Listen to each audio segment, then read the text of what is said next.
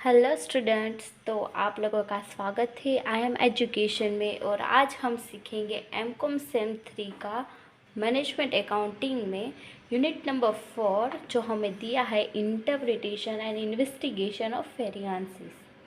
सो ये हमारी गुजरात यूनिवर्सिटी में इस चैप्टर में से 14 मार्क्स का सम पूछा जाता है और इसके और में 7 मार्क का सम और 7 मार्क की थियरी भी पूछी जाती है। सो ये चैप्टर बहुत इंपॉर्टेंट है हमारे लिए।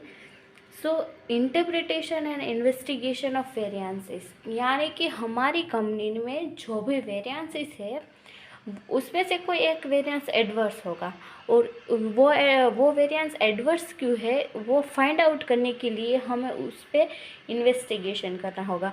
तो इन्वेस्टिगेशन करने के लिए हमारे पास 2 मेथड है।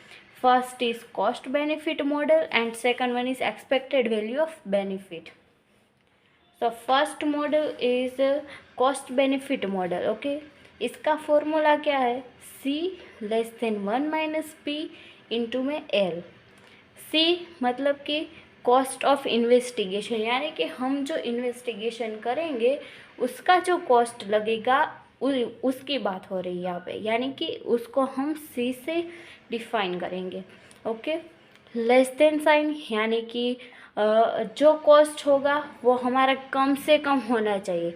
ओके, और इस साइड है हमारा बेनिफिट, यानी कि सी का मतलब होता है हमारा कॉस्ट और एक्सपेंसेस और 1 माइनस पी एल का मतलब होता है हमारा बेनिफिट, जो हमारा बेनिफिट हुआ है वो। सी यानी कि कॉस्ट ऑफ इन्वेस्टिगेशन, वो तो आपको समझ में आ गया। अब आएगा पी। पी का मतलब क्या होता है? तो यहाँ पे 2 टाइप की प्रोबेबिलिटी होती है, एक तो अनकंट्रोलेबल प्रोबेबिलिटी और एक कंट्रोलेबल। ओके, सो जो वेरिएंस हमें अनकंट्रोलेबल होगा उसको हम पी से डिफाइन करेंगे और जो वेरिएंस कंट्रोलेबल होगा उसको हम 1 माइनस पी से डिफाइन करेंगे। 1 माइनस पी यानी कि probability that variance is controllable. Okay, 1 minus P यानी कि कंट्रोलेबल एंड पी यानी कि अनकंट्रोलेबल। तो इसकी हमें प्रोबेबिलिटी हमारे सम्स में ऑलरेडी दी होगी। अब एल का मतलब क्या होगा? Net benefit. नेट बेनिफिट यानी कि हमारा जो बेनिफिट है वो हमें दिखाना होगा और नेट बेनिफिट हमें सम में डायरेक्टली नहीं दिया होगा, हमें वो फाइंड आउट करना होगा। तो नेट बेनिफिट का फॉर्मूला क्या है? तो total benefit minus cost of control action, यानी कि जो हमारा टोटल बेनिफिट है वो और उसमें से हम माइनस करेंगे कॉस्ट कंट्रोल एक्शन, यानी कि जो हमें करेक्टिव एक्शंस लेने होंगे उसका जो कॉस्ट लगेगा वो हमें टोटल बेनिफिट में से माइनस करना होगा। तो हमारा ये फर्स्ट मॉडल और मेथड है ये वाला, C less than 1 minus P into में L।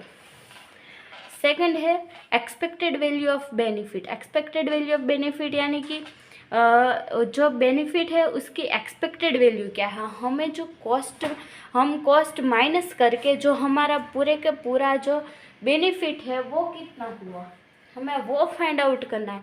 इसका मतलब इसमें जो वैल्यू आएगी वो हमारा एक्चुअल बेनिफिट होगा, एक्सपेक्टेड होगा। ओके, सो इसका फॉर्मूला क्या है? 1 माइनस पी इंटू में एल माइनस सी माइनस पी माइनस इंटू सी। ओके, सो इसका अर्थ आपको समझ में आ ही गया होगा। 1 माइनस पी यानी कि probability that variance is controllable.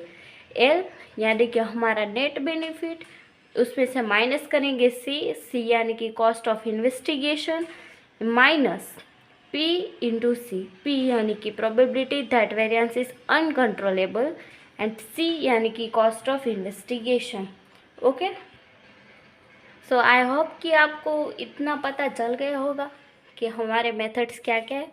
तो आज हम सीखेंगे 2014 का पेपर में जो हमें इलिस्ट्रेशन दिया है, सम दिया है इन सरिम लिमिटेड, वो हम आज सॉल्व करेंगे। Okay, so in a Sarim Limited, An adverse material usage of rupees 3600 was reported in March 2014. यानी कि हमें यहाँ पे मटेरियल यूसेज वेरिएंस दिया हुआ है, वो भी एडवर्स दिया हुआ है, और कोई अदर सम में हमें यहाँ पे लेबर वेरिएंसेस भी दिए हो सकते हैं, एडवर्स हो या फेवरेबल हो, कुछ भी हो सकता है. Okay, the cost of investigation of the variance would be ₹750. यानी कि हमारे कॉस्ट ऑफ इन्वेस्टिगेशन यानी कि हमारा सी हुआ ये. ओके, तो हम साथ साथ लिखते जाएंगे. तो सरम लिमिटेड का तो सी यानी कि कॉस्ट ऑफ इन्वेस्टिगेशन हुआ ये हमारा कितने रुपीस है, तो ₹750. Okay, 750 rupees. Then the cost of corrective action if the variance proves to be controllable would be ₹900.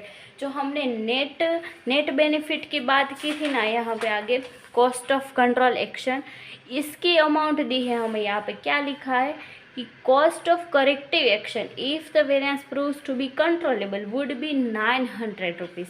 तो ये हमारा क्या हुआ, कॉस्ट ऑफ कंट्रोल एक्शन हुआ ये हमारा. Okay, so it is estimated that saving which would be earned from correcting the variance if it were controllable would be ₹4000. Okay, तो ये हमारा क्या हुआ, जो अर्न की हमने यानी कि जो हमारा बेनिफिट हुआ है वो हमें दिया है, क्या दिया है, ₹4000. ओके, तो ये हमारा टोटल बेनिफिट है.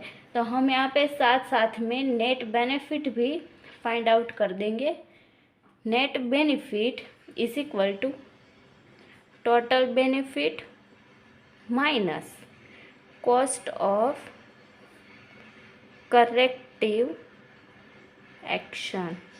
जो हमने आगे जो फॉर्मूला सीखा था वो ही हमने यहाँ पे लिख दिया. तो टोटल बेनिफिट हमारा कितना हुआ है, ऑन कितना किया हमने, 4000. ओके, तो हम यहाँ पे लिखेंगे 4000 माइनस में होगा 900.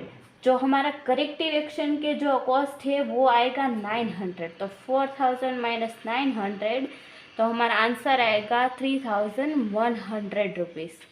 ओके, तो ये हमारा हो गया नेट बेनिफिट. अब आगे लिखा है the probability that the variance is controllable is 0.4.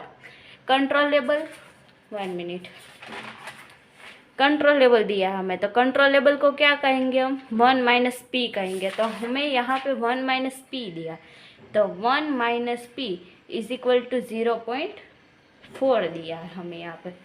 अब हम अपना फॉर्मूला यहाँ पे लिखेंगे, C less than 1 minus P into में एल. तो सी कितना दिया है, 750, लेस देन 1 माइनस पी कितना दिया है हमें, तो 1 माइनस पी जो हमें ऑलरेडी दिया, तो हम लिखेंगे 0.4, और एल हमारा कितना है, नेट बेनिफिट यानी कि एल 3100.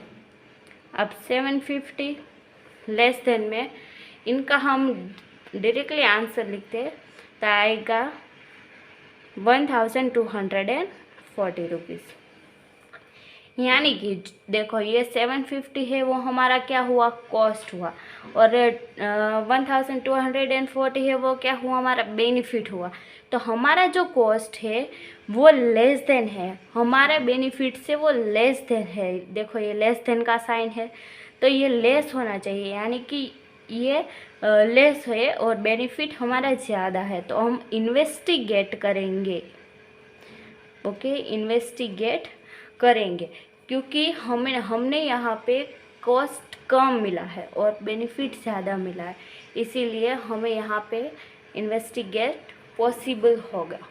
ओके, आई होप कि आपको समझ में आया होगा, और इसी तरह के सम को मोर और मोर सॉल्व करें, और इसी तरह के सम के सॉल्यूशन के लिए आप हमारी चैनल IM एजुकेशन को फॉलो करें, लाइक शेयर और सब्सक्राइब कीजिए, और share this channel to your friends, family who can read this, solve this sum. Okay, and if you have any queries, comment down below and I will bring the solution on it. Thank you so much.